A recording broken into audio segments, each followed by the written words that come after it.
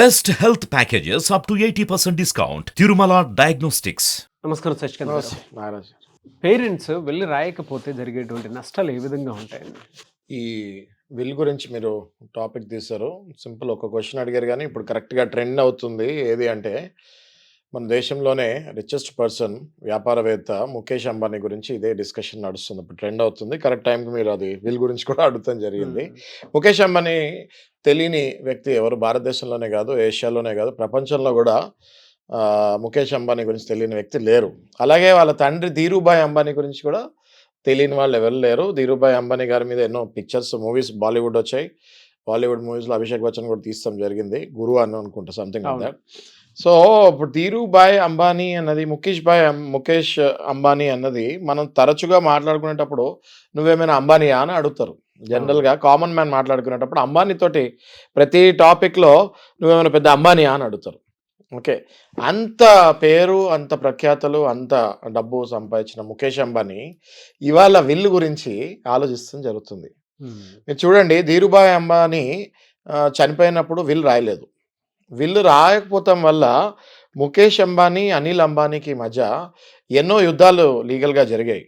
జరిగిన తర్వాత వాళ్ళ మదర్ మధ్యలో నుంచొని సరే నువ్వు ఇది తీసుకో అని చెప్పేసరికి లాస్ట్లో వాళ్ళు అయినా కూడా ఒప్పుకోకుండా కోర్టుకి వెళ్ళి న్యాయస్థానం దగ్గర నుంచి విడిపోవటం జరిగింది. విడిపోయిన తర్వాత అనిల్ అంబానీ ఎట్లా పాతాలోనికి వెళ్ళిపోయాడు, ముఖేష్ అంబానీ మళ్ళీ ఎట్లా richest man in Asia country, వరల్డ్లో కూడా is among the top richest people.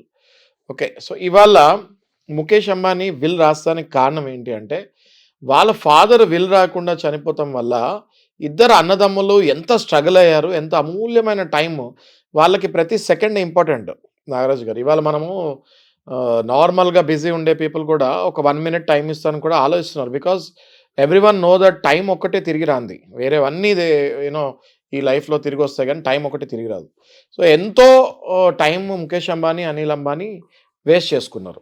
So ఇప్పుడు ఈ పరిగెత్తే ప్రపంచంలో అలా టైం వేస్ట్ అవుతే మొత్తానికి అనిల్ అంబానీ లాగా పాతాళానికి వెళ్ళిపోతారు. కాబట్టి ఇది గ్రహించి ముఖేష్ అంబానీ విల్లు వైపుకి దశలు వేస్తాం జరుగుతుంది అనేది మనకి అర్థమవుతుంది. ఓకే, ముఖేష్ అంబానీకి 3 పిల్లలు. ఆకాష్ అంబానీ, ఈషా అంబానీ, వీళ్ళిద్దరు ట్విన్స్. వీళ్ళిద్దరు కూడా 30+ yearsలో ఉన్నారు ఇప్పుడు. అట్లనే అనంత్ అంబానీ ఆ తర్వాత పుట్టిన సంతానం, ఆయన 26 years ఏజ్లో ఉన్నారు. ఓకే, సో రిలయన్స్ అన్నది Reliance industries limited, RIL. Okay, ఈ ప్రపంచంలో ఈ పేరు తెలియని వాళ్ళు ఎవరు లేరు అని చెప్తానికి నేను ఆశపడట్లేదు. ఓకే, సో ఈ రిల్ అన్నది 3 భాగాలుగా ఇప్పుడు యాక్చువల్లీ నడుస్తుంది. ఒకటి జియో ఇన్ఫోకామ్ అని ఒకటి, ఇంకోటి రిలయన్స్ రీటైల్ అని ఒకటి, ఇంకోటి పెట్రోకెమికల్స్ అని ఒకటి. ఓకే, సో ఈషా అంబానీని, ఆకాష్ అంబానీని, వీళ్ళిద్దరిని కూడా ఫస్ట్ నుంచి కూడా జియో ఇంకా రీటైల్ మీద అవగాహన కల్పిస్తానికి వాళ్ళని బిజినెస్లో దింపడం జరిగింది. అనంత్ అంబానీకి పెట్రోకెమికల్స్ మీద కొంచెం అవగాహన ఇస్తాం కూడా నేర్పడం జరిగింది. ఇప్పుడు టైం వచ్చింది కాబట్టి ఈయన దీన్ని స్ప్లిట్ చేస్తాం జరిగింది. రిలయన్స్ జియో ఇన్ఫోకామ్నేమో ఆకాష్ అంబానీకి చైర్మన్ పదవి ఇస్తాం జరిగింది. అట్లనే ఏదైతే రీటైల్ బిజినెస్ ఉందో రిలయన్స్ది, రీటైల్ బిజినెస్ అంటే ఏంటి అని అందరూ అనుకుంటారు. రీటైల్ బిజినెస్ అంటే ఇదే, మనం ఫుట్వేర్ చూస్తూ ఉంటాము, రిలయన్స్ మార్ట్ చూస్తూ ఉంటాము, రిలయన్స్ ఫ్రెష్ చూస్తూ ఉంటాము, అట్లనే గ్రాసరీస్ చూస్తూ ఉంటాము, ఆన్లైన్లో మళ్ళీ మనకి రిలయన్స్ వస్తువులు వస్తూ ఉంటాయి. ఇవన్నీ రీటైల్ కిందకు వస్తున్నాయి. ఓకే, సో ఈ రీటైల్ బిజినెస్ మొత్తం కూడా తన కూతురైన ఇషా అంబానీకి అప్పగిస్తాం జరిగింది. అట్లనే పెట్రోకెమికల్స్ వైపు చిన్న కొరకు అనంత్ అంబానీని ప్రోత్సహిస్తూ ఈ విల్లో ఈ రకంగా డివైడ్ చేస్తున్నట్టు మనకు తెలుస్తుంది. అయితే ఇందులో చాలా తెలివైన పని ముఖేష్ అంబానీ ఏం చేస్తాడంటే, మనందరికీ తెలుసు ప్రపంచంలో అతిపెద్ద స్టోర్ ఏదైనా ఉంది అంటే అది వాల్మార్ట్. Okay, right. ఇప్పుడు వాల్మార్ట్ శామ్ వాల్టన్ అని దాని ఫౌండర్, దాని వ్యవస్థాపకుడు శామ్ వాల్టన్. ఈ శామ్ వాల్టన్ ఇదే రకంగా విల్ రాస్తాం జరిగింది. ఓకే, ఎలా రాశాడు శామ్ వాల్టన్ విల్ అంటే వాళ్ళ పిల్లలకి ఇచ్చుకుంటూ ఒక ట్రస్ట్ కూడా ఫామ్ చేసి ఆ ట్రస్ట్లో కూడా దానికి షేర్ పెట్టాడు. అలాగే సేమ్ శామ్ వాల్టన్నే ముఖేష్ అంబానీ కూడా ఫాలో అవుతున్నట్టు మనకి క్లియర్గా అర్థమవుతుంది. ఏదైతే RIL ఉందో దీన్ని 3 భాగాలుగా మీకు చెప్పాను కదా, జియో ఇన్ఫోకామ్ అని, రీటైల్ అని, పెట్రోకెమికల్స్ అని 3 భాగాలుగా విభజించి 3 పిల్లలకి అది ఇస్తూ మళ్ళీ రిలయన్స్కి ఒక ట్రస్ట్ ఫామ్ చేసుకొని ఆ ట్రస్ట్లో తన సతీమణి ఇద్దరు ప్లస్ వాళ్ళ కుటుంబ సభ్యులైన కొంతమంది ప్లస్ పాత ఎంప్లాయీస్ ఎవరైతే నమ్మకస్తులు ఉన్నారో వాళ్ళని కొంతమందిని పెట్టి 50% బిజినెస్ని ఆ ట్రస్ట్లోనే పెట్టి ఆ ట్రస్ట్కి 50% మిగతావి విభజించి విల్ రాస్తాం జరుగుతుందని మనం వింటున్నాము. ఇది చాలా తెలివైన పని.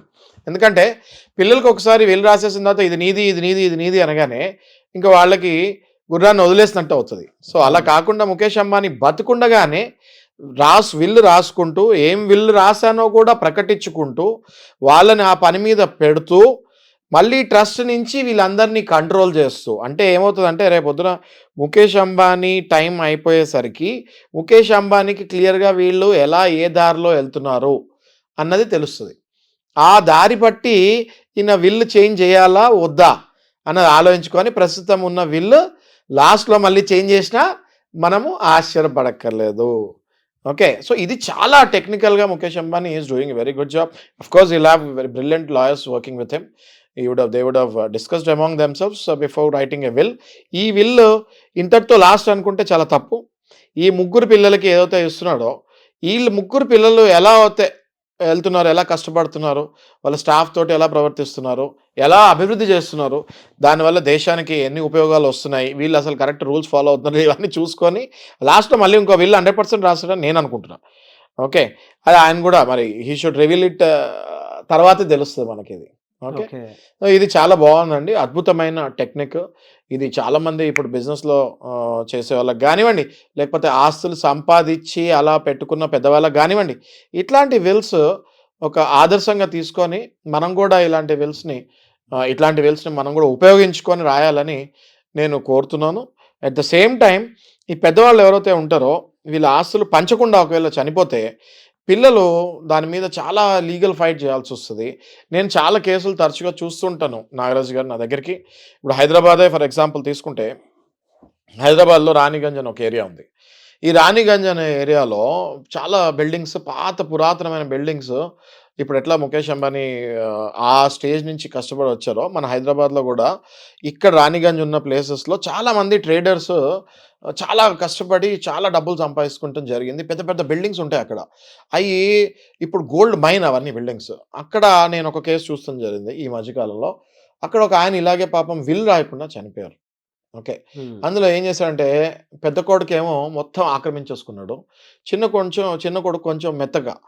ఓకే, ఆ చిన్న కొడుక్కి కొన్ని 100 కోట్ల ఆస్తి కళ్ళ ముందు కనిపిస్తున్నా కూడా ఆయన ఇవాళ వాళ్ళ కొడుక్కి ఫీజు కడతానికి కూడా కట్టే పరిస్థితిలో లేకుండా అయిపోయాడు. ఆయన మా దగ్గరికి వస్తాం జరిగింది. ఇదే గనక వాళ్ళ తండ్రి విల్లు రాసుంటే ఈ పెద్ద కొడుకు కొన్ని 100 కోట్లు ఎంజాయ్ చేస్తున్నాడు, చిన్న కొడుకు పాపం రోడ్డు మీద తిరుగుతున్నాడు ఇప్పుడు. ఓకే, ఈ చిన్న కొడుకు కూడా బాగానే హ్యాపీగా ఉండేవాడు, పెద్ద కొడుకు కూడా సమానంగా హ్యాపీగానే ఉండేవాడు. రాయకుండా చనిపోవటం వల్ల ఇప్పుడు నేను మీ చిన్న ఉదాహరణ ఎందుకు ఇస్తున్నా అంటే, సేమ్ ధీరుభాయ్ అంబానీ కూడా వీళ్ళు రాయకుండా చనిపోవటం వల్ల చాలా కొట్టుకున్నారు వీళ్ళిద్దరు. అట్లాగే నేను ఈ చిన్న ఉదాహరణ హైదరాబాద్ కూడా ఎందుకు ఇస్తున్నా అంటే, నేను ఎన్నో చూస్తున్నాను. సో నేను అందరికీ పెద్దవాళ్ళకి రిక్వెస్ట్ చేసేది ఏంటి అంటే, ఒక 75-80 ఇయర్స్ ఆర్ ఒక 60 ఇయర్స్. ఇప్పుడు మనం చూసుకుంటే శామ్ వాల్టన్ ఇందాక మాట్లాడాం కదా, వాల్మార్ట్ ఫౌండర్. ఆయన 40 ఇయర్స్ ముందే విల్ రాస్తాడు. ఓకే, అంటే 40 ఏళ్ల ముందే ఆయన విల్ ఎందుకు రాశాడు? ఆస్తులు అంత పెద్ద పెద్ద ఆస్తులు ఉన్నప్పుడు మనం యంగా ఓల్డా అనేది మర్చిపోవాలి. ఒక 30 ఏళ్ళు 40 ఏళ్ల వ్యక్తి కూడా మీరు కష్టపడి సంపాదించుకొని మీరు కోట్లలోకి వెళ్ళిపోతే మీరు విల్ రాసేయాలి. ఎందుకంటే దెర్ ఇస్ నో గ్యారంటీ మనం 100 ఏళ్ళు బతుకుతామా, 80 ఏళ్ళు బతుకుతామా, మరొక నెక్స్ట్ క్షణం మనం ఉంటామో లేదో దెర్ ఇస్ నో గ్యారంటీ. కాబట్టి విల్ అన్నది కంపల్సరీ రాయాలి. విల్ రాయకుండా మనం కనుక కాలం చేస్తే తర్వాత మన పిల్లలు చాలా ఇబ్బంది పడతారు. నారాజ్ గారు, సో ప్రస్తుతానికైతే తండ్రి చేసినటువంటి తప్పులు కొడుగ్గా నేను చేయకూడదు అనేటువంటి ఉద్దేశంతో ముందే ఈయన విల్ రాయటం జరిగింది. అదే నాకు క్లియర్గా అర్థమవుతుంది. ముఖేష్ అంబానీ వాళ్ళ ధీరుభాయ్ గారు చేసిన తప్పు లేకపోతే అనుకోకుండా జరిగింది. ఓకే, దాని మళ్ళీ నా పిల్లలు కూడా అలా సఫర్ అవ్వకూడదు. ఎందుకంటే ధీరుభాయ్ అంబానీ ఎంతో కష్టపడి ఇప్పుడు ప్రపంచంలోనే ఆయన one of the richest and one of the brilliant industrialist ఆయన. ఓకే, RIL అంటే తెలియని వాళ్ళు ఎవరు లేరు, రిలయన్స్ ఇండస్ట్రీస్ లిమిటెడ్. అలాంటిది ఆయన రీటైల్లో, టెలికాంలో, పెట్రోకెమికల్స్లో ఇంత అభివృద్ధి సాధించిన తర్వాత ఆయన ఆ తప్పు చేస్తే పిల్లలు 100% కొట్టుకుంటాం వల్ల ఏమవుతుందంటే వ్యవస్థలు కుప్ప కూలుతాయి. అట్లా అనిల్ అంబానీ విషయంలో ఆల్రెడీ జరిగింది, మనం చూసాం. ఆయన పాతాళానికి వెళ్ళిపోయాడు. Right, so Mukesh Ambani he's taken a very good stand, good step and he's given a good message to the entire country అని నాకు అనిపిస్తుంది. ఓకే. Yeah. సో అదంతా డైరెక్ట్ ట్రస్ట్‌కి లింక్ చేసేసారు. 50% ఎలా సార్ ఇది? 50% పంచిపెట్టి హ్మ్. ఇంక 50% షేర్స్ మాత్రం ఆయన వైఫ్ ఒక ట్రస్ట్‌లో ఉన్నారు. ఆ ట్రస్ట్‌లో ఈ పిల్లలు కూడా ఉంటారు. హ్మ్. అదే ట్రస్ట్‌లో ఈ ముగ్గురు కూడా ఉంటారు. దాంతో పాటు కొంతమంది నమ్మకమైన విజ్ఞానవంతులు, సీనియర్స్ కూడా ఉంటారు. ఆ ట్రస్ట్ అలా ఉండటం వల్ల ఏమైతది అంటే, పిల్లలు ఏదైనా డెసిషన్ తీసుకోవాలి అన్నప్పుడు ఆ ట్రస్ట్‌కి కూడా చెప్పాలి. ఆ ట్రస్ట్‌కి ఆ డెసిషన్‌లో ఏదైనా కొంచెం మనకి లాస్ అయ్యేటట్టు ఉంది అన్నప్పుడు డిస్కషన్ పెడతారు. అంతా ట్రస్ట్ ఓకే అయిన తర్వాతనే ఆ డెసిషన్ తీసుకోవడం జరుగుతది. దానివల్ల గుర్రానికి కళ్ళెం వేసినట్టు అయితది. రైట్. ఇష్టం వచ్చిన దారిలో పరిగెత్తకుండా గుర్రానికి కళ్ళెం వేసినట్టు అయితది. ఈ ట్రస్ట్ కూడా ఆయన తనంతరం మళ్ళీ హ్యాండ్ ఓవర్ చేయాల్సొస్తది కాబట్టి, ఈ ట్రస్ట్‌లో ఆల్రెడీ ముఖేష్ అంబానీ ఆలోచించి నాకు తెలిసి యంగ్‌స్టర్స్‌ని కూడా కొంతమందిని పెట్టుంటారు. సో దట్ ఆయన తనంతరము ఈ ట్రస్ట్ అనేది డెఫినిట్‌గా రన్ అవుతది. ఓకే. So, yeah! ఓవరాల్‌గా అయితే ఆ విధంగా చేశారు చాలా టెక్నిక్‌గా. చాలా టెక్నికల్‌గా చాలా అండ్ తెలివిగా. హ్మ్. This is a very good message to the society అండి. ఎంతోమంది ఎన్నో బిజినెస్‌లు చేసి మనం రేమండ్స్ ఎగ్జాంపుల్ చూసాం గదా! మన సుమన్ టీవీలోనే మనం వీడియో చేస్తాం కూడా అవును. జరిగినట్టుంది. రేమండ్స్‌ది ఏమైందండి? ఆ తండ్రిని కొడుకు రోడ్డు మీద వదిలేయడం జరిగింది. కొడుకు మీద ప్రేమతోటి ఉన్న ఆస్తులన్నీ రాసాడు రేమండ్స్ ఆయన. లాస్ట్‌లో చూస్తే ఇవాళ యూఎస్‌లో ఆయన రోడ్ల మీద తిరిగే పరిస్థితికొచ్చాడు. హ్మ్. రైట్? సో, ఇట్లాంటివన్నీ చూసుకున్నప్పుడు డెఫినిట్‌గా విల్ అన్నది రాయాలి. విల్ అంటే తెలుగులో వీలునామా అది కంపల్సరీ రాయాలి. మీరు యంగా, ఓల్డా అన్నీ మర్చిపోతే మీకు గనక ఏమైనా ఆస్తులు గనక ఉంటే తప్పకుండా విల్ ఇది రాసి ఆన్ అన్ యావరేజ్ ఏ రకమైనటువంటి ఆస్తులు సార్ జనరల్‌గా అడుగుతున్నాను? జనరల్‌గా అండి ఇప్పుడు ఒక మనిషి 25 సంవత్సరాలు, 22 సంవత్సరాల నుంచి సంపాదన మొదలవుతుంది. ఆ తనంతరము ఒక 20 ఏళ్ళు, 30 ఏళ్ళు అయ్యేసరికి 50, 60 ఏళ్ళు వచ్చేసరికి ఆ మనిషి ఒకవేళ ఎంతో డిసిప్లిన్డ్‌గా కష్టపడి ముందుకెళ్ళుంటే, ఒక ఉద్యోగం చేసుకుంటున్నా కూడా ఆయన ఒక చిన్న ఇల్లైనా కొనుక్కుంటం జరుగుతది. లేదు వ్యాపారం చేసి చాలా అభివృద్ధి చెందితే ఆయన ఎన్నో ప్లాట్లు, ఎన్నో ఇల్లులు లేకపోతే ఆ వ్యాపారానికి సంబంధించిన షేర్స్ ఇవన్నీ ఆ తండ్రి దగ్గర ఉంటాయి.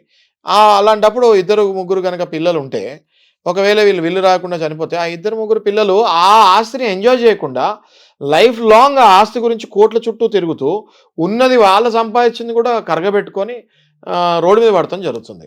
సో, కైండ్లీ ఇది అందరూ నోట్ చేసుకొని విల్స్ అన్నది కంపల్సరీ మనం రాయాలి. ఈ విల్ అన్నది మన తెలుగు పీపుల్ గానివ్వండి, లేకపోతే కొంతమంది ఆర్థోడాక్స్ ఫ్యామిలీస్ కావండి ఏమనుకుంటారంటే, ఈ విల్ రాయాలి అంటే అమ్మో!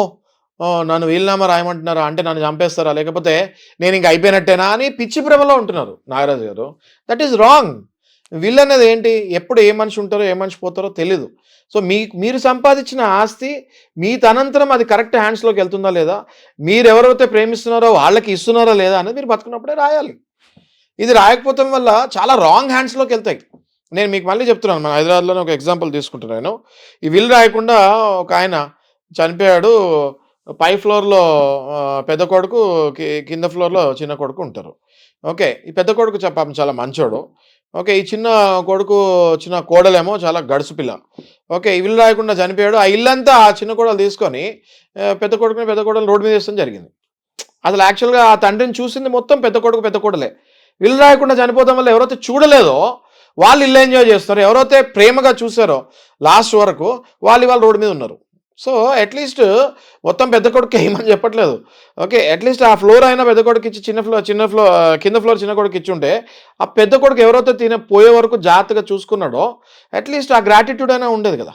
అవును. రైట్. ఇప్పుడు ఇట్లాంటివి చాలా జరుగుతుంటాయి. నేను చెప్పుకుంటూ పోతే ఇట్లాంటి స్టోరీస్ చాలా ఉంటాయి నాగరాజు గారు. ఎలా సరే అంటే ఇటువంటి వాటి నుంచి బయటపడటం కోసం అని చెప్పేసి అంటే కొంతమంది పేరెంట్స్ తెలిసి చేస్తారు. కొంతమంది పేరెంట్స్ తెలియక చేస్తారు తెలియక కదా! చేస్తారండి. ఎందుకంటే హ్మ్. ఇప్పుడు నేను చెప్తాను మీకు 93 ఏళ్ల ఒక ఆయన ఎగ్జాంపుల్ తీసుకుంటున్నాను నేను. 93 ఏళ్ళు వచ్చిన తర్వాత ఒక హస్బెండ్ వైఫ్ ఏం చేసిందంటే 93 ఈ వైఫ్ కొంచెం చిన్నామె. సెకండ్ వైఫ్ అనుకుంటా. ఈ వైఫ్ కొంచెం 65, 70 ఏళ్ళు ఉండే. ఓకే. ఈమె ఏం చేసిందంటే 93, 94 ఏళ్ల వ్యక్తి అప్పటికే కళ్ళు, చెవులు, మాట కూడా పడిపోయింది దానికి. ఆయనతోటి ఈమె ఏం చేసిందంటే గిఫ్ట్ డీడ్ రాయిపించుకుంది. గిఫ్ట్ డీడ్ రాయిపించుకుంటే దాని అర్థం ఏంటి అంటే మొత్తం అంతా ఆస్తంతా కూడా ఆమెకెళ్ళిపోయింది. ఎవరైతే 70 ఏళ్ల ఆవిడ రెండో భార్య ఉందో ఆవిడకెళ్ళిపోయింది. వెళ్ళిపోయిన తర్వాత తనంతరం ఆయన 94 ఇయర్స్, 96 ఇయర్స్‌కి చనిపోయాడు. చనిపోవటం వల్ల ఏమైందంటే అసలు ఒరిజినల్ మొదటి భార్య కొడుకులు ఎవరైతే ఉన్నారో వాళ్ళందరూ రోడ్డు మీద పడ్డారు. రెండో భార్యకి పిల్లలు కూడా లేరు. ఈ రెండో భార్య ఏం చేసింది ఈ ఆస్తి తీసుకొని వాళ్ళ వైపు వాళ్ళ సిస్టర్స్‌కి వాళ్ళకి పంచడం జరిగింది. అదే కనుక ఈయన 94 ఏళ్ళు అయినా ముందే 70 ఏళ్ళప్పుడే 60 ఏళ్ళప్పుడే ఈయన సంపాదించిన ఆస్తి విల్లు రాస్తుంటే ఈ గిఫ్ట్ డీడ్ పనికొచ్చేది కూడా కాదు. అందులో క్లియర్గా నాకు ఈ విల్లు తర్వాత ఏది జరిగినా ఈ విల్లు నేను రాసిన తర్వాత ఏది జరిగినా మళ్ళీ నా సిగ్నేచర్ లేకపోతే అది చెల్లుబాటు కాదు అని రాసేసి ఉంటే ఒకవేళ this is my last and final will అని ఉంటుంది. ఓకే, అది రాసేసి ఈయన సిగ్నేచర్ పెట్టి 2 సాక్షులు తీసేసుకుంటే ఇవాళ ఆ దౌర్భాగ్య పరిస్థితి కొడుకులకు పట్టేది కాదు. ఈయన చనిపోయి ఆ పరలోకాన్ని నుంచి కూడా బాధపడుతూ ఉంటారు, అయ్యో నాకు ఇష్టమైన వాళ్ళకి నేను ఆస్తి ఇవ్వలేకపోయానని. అర్థమైంది కదా నాగరాజు? ఇట్లాంటివి కోకొల్లలండి, చెప్పుకుంటూ పోతే కోకొల్లలు. సో నేను చెప్పేది ఏంటంటే 30 ఏళ్ళ వయసు నుంచి ఉన్నోళ్ళు 90 ఏళ్ళ వయసు ఉన్న వాళ్ళు ఇప్పుడు కూడా ఏమి లేట్ అవ్వలేదు, మీరు బతికే ఉంటారు కాబట్టి విల్ రాయండి, విల్ రాసి వదిలేయండి. విల్ రాసినంత మాత్రం మీ ఆస్తి ఎవరికో ఇస్తున్నట్టు కాదు. మీ తనంతరం మిమ్మల్ని ఎవరు బాగా చూసుకున్నారో లేకపోతే మీకు ఎవరి మీద ప్రేమ ఉందో వాళ్ళకి మీరు కష్టపడిన ఆస్తి వెళ్తుంది. ఎలా సార్ అంటే జనరల్గా ఇటువంటి ఎక్కువ చాలా ఇళ్లలో మనం చూస్తూ ఉంటాం. మీలాంటి వాళ్ళని అప్రోచ్ అయ్యి మీ దగ్గర సలహాలు సూచనలు తీసుకుని వెళ్ళరాద్దాం అనుకున్నటువంటి వాళ్ళు ఉంటారు, మిమ్మల్ని అప్రోచ్ అవ్వాలి. తప్పకుండా అప్రోచ్ అవ్వచ్చు నారాజు గారు. విల్ అనేది ఓన్లీ జస్ట్ 1 డే పని. ఓకే, మీకు ఎవరు కావాలి, ఎవరి పేరు మీద రాయాలి, మీ ఆస్తులు ఏమున్నాయో చెప్పాలి, అవన్నీ మనం ఒక పేపర్లో పొందుపరుస్తాము, రిజిస్ట్రేషన్ ఆఫీస్ దగ్గర తీసుకెళ్తాము, ఇద్దరు సాక్షి సంతకాలు పెడతారు, విల్లు టక్మని రిజిస్ట్రేషన్ అయిపోతుంది. చాలా ఈజీ. విల్లుకి ఎక్కువ కాస్ట్ కూడా కాదు, నార్మల్ కాస్ట్లో అయిపోతుంది విల్లు కూడా. ఓకే, సో స్క్రీన్ పైన డిస్ప్లే అయ్యే నెంబర్ పైన డెఫినెట్గా కాంటాక్ట్ చేయొచ్చు, లేకపోతే వాట్సాప్ మెసేజ్ చేయొచ్చు. డెఫినెట్గా వీఆర్ అవైలబుల్ 24/7. థ్యాంక్ యూ అండి, thank you so much Shashikant గారు. చూశారు కదండి ఈ వీడియోపై మీ అభిప్రాయం కమెంట్ బాక్స్లో పోస్ట్ చేయండి. సో శశికాంత్ గారితో సలహాలు సూచనలు న్యాయపరంగా ఏదైనా కావాలి అనుకుంటే స్క్రీన్ మీద మీ కాంటాక్ట్ నెంబర్ కనిపిస్తుంది, దాన్ని మీరు కాల్ ఆర్ మెసేజ్ వాట్సాప్ చేసి వెంటనే అపాయింట్మెంట్ తీసుకోండి. అండ్ ఈ వీడియో లైక్ చేయండి, షేర్ మాత్రం తప్పకుండా చేయండి. ఇలాంటి మరిన్ని వీడియోస్ కోసం మా ఛానల్ ఫాలో అవ్వండి. Thank you.